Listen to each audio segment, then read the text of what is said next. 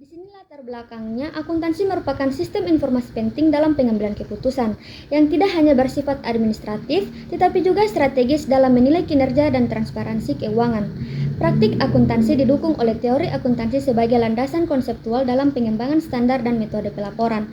Perkembangan teori dan praktik akuntansi terus mengikuti perubahan lingkungan bisnis, melalui dari konvergensi IFRS sampai PSAK hingga isu digitalisasi keberlangsungan dan akuntansi syariah. Oleh karena itu, pemahaman yang kuat terhadap akuntansi dan teori akuntansi menjadi penting dalam konteks akademik dan profesional di Indonesia.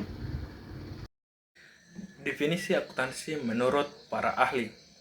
Yang pertama, akuntansi sebagai seni art. Akuntansi sebagai seni menurut AICP atau American Institute of Certified Public Account pada tahun 1953 adalah seni art, yaitu mencatat, mengklasifikasikan, dan meringkas transaksi atau peristiwa yang dilakukan sedemikian rupa dalam bentuk uang atau paling tidak memiliki sifat keuangan dalam menginterpretasikan hasilnya. Kemudian yaitu akuntansi sebagai komunikasi.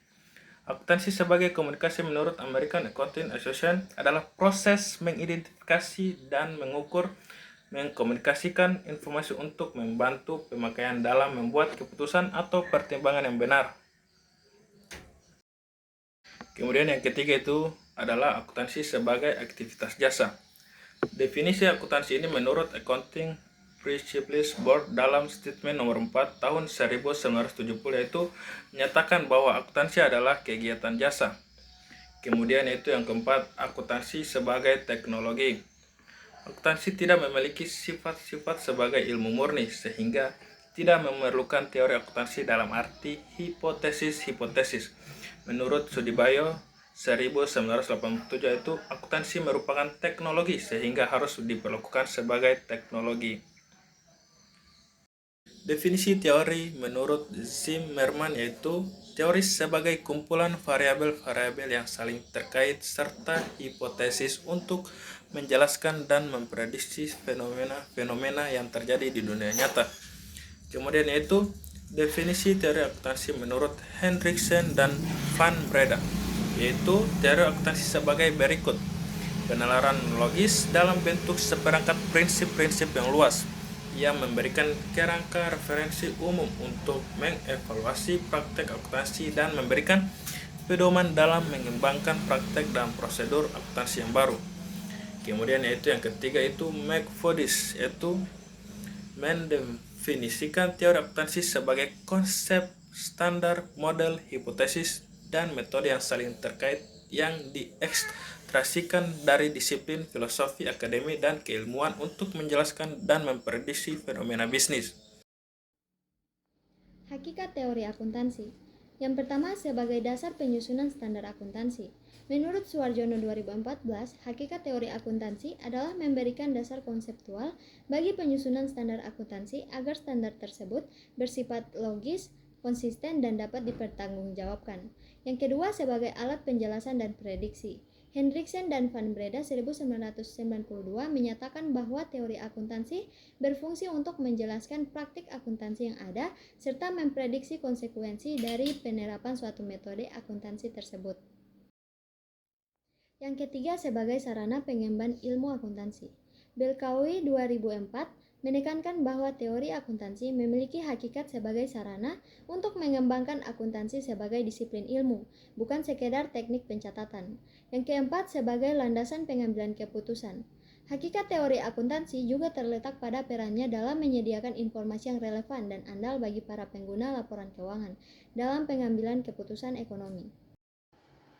Hubungan antara teori akuntansi dengan praktik akuntansi di lapangan bersifat komplementer, di mana teori berfungsi sebagai landasan logis bagi praktisi dalam menyusun laporan keuangan agar memiliki kesatuan pandangan antara penyaji dan pengguna informasi. Tanpa landasan teori yang kuat, praktik akuntansi di lapangan akan kehilangan arah dan konsistensi, yang pada akhirnya dapat memicu kesalahan pencatatan yang berisiko bagi keberlangsungan bisnis perusahaan. Hubungan ini memastikan bahwa praktik di lapangan tidak hanya sekedar mengikuti prosedur teknis, tetapi juga didasarkan pada alasan konseptual yang dapat dipertanggungjawabkan secara profesional. Dengan adanya teori yang memadai, praktisi dapat mengatasi berbagai tantangan pelaporan keuangan yang kompleks melalui pendekatan yang sistematis dan terstandarisasi. Contoh efektivitas teori akuntansi dalam meningkatkan kompetensi kerja dapat dilihat dalam penelitian Yulaini et al. 2025 yang mengkaji praktik magang mahasiswa. Hasilnya menunjukkan bahwa penguasaan teori akuntansi memberikan kontribusi besar terhadap kemampuan praktik di lapangan, yang membuktikan bahwa pemahaman akademis secara nyata menjadi modal utama yang mempermudah mahasiswa dalam menyelesaikan berbagai tugas teknis akuntansi di dunia kerja. Baik, materi selanjutnya yaitu saya akan membahas tentang metode-metode apa saja yang digunakan dalam merumuskan suatu teori akuntansi. Teori akuntansi dapat diklasifikasikan berdasarkan metode penalaran yang digunakan.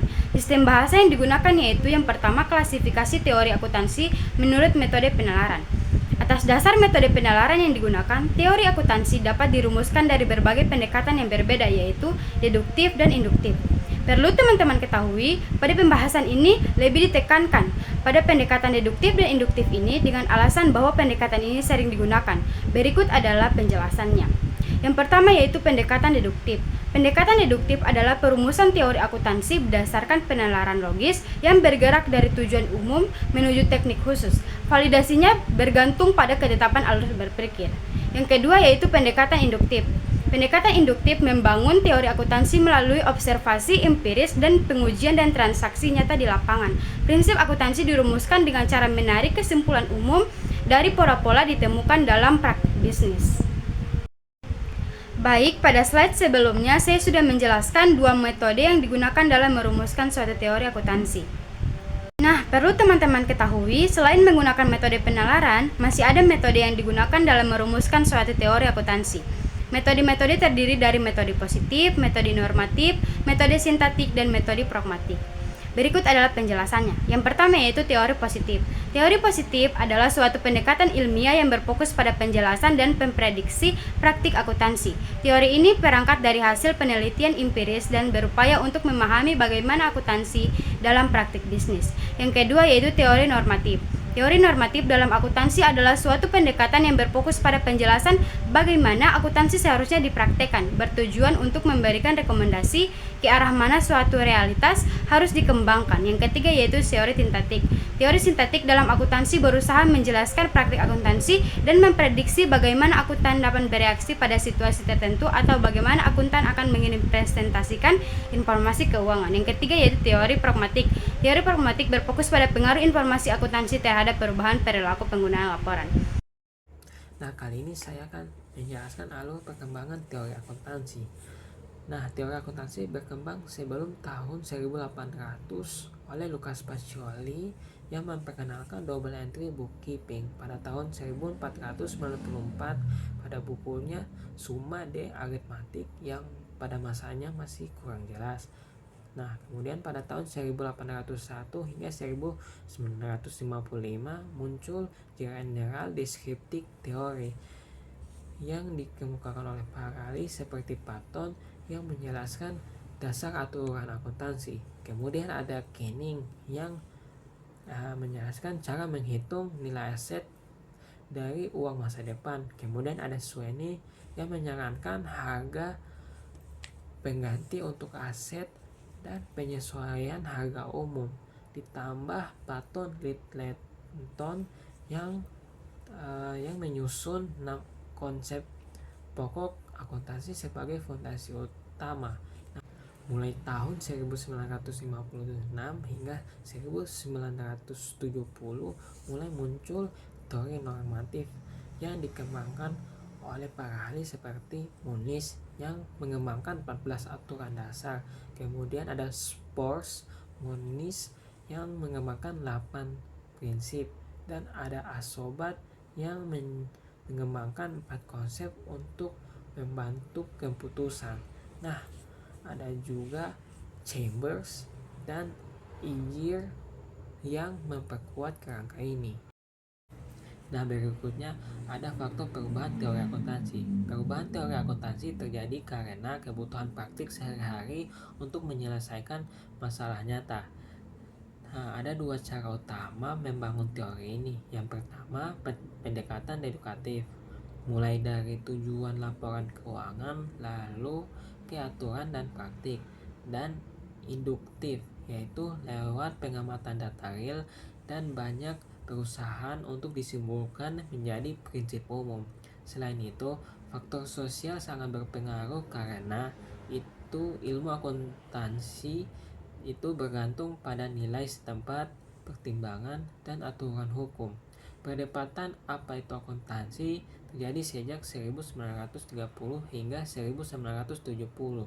Apakah akuntansi itu seni atau alat komunikasi, jasa, atau teknologi yang mendorong perubahan, ditambah kebutuhan penggunaan informasi dan adopsi teknologi akuntansi dari Amerika yang disesuaikan lokal.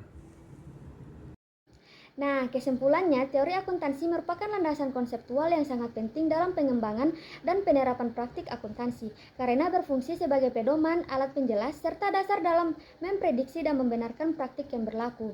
Hubungan antara teori dan praktik akuntansi bersifat saling melengkapi, di mana teori memberikan kerangka berpikir yang sistematis, sementara praktik menjadi sumber empiris bagi penyempurnaan teori. Berbagai metode perumusan teori serta pengaruh faktor metodologi sosial, ekonomi, dan teknologi menunjukkan bahwa teori akuntansi bersifat dinamis dan terus berkembang sehingga tetap relevan dalam menjawab tantangan akuntansi di era modern.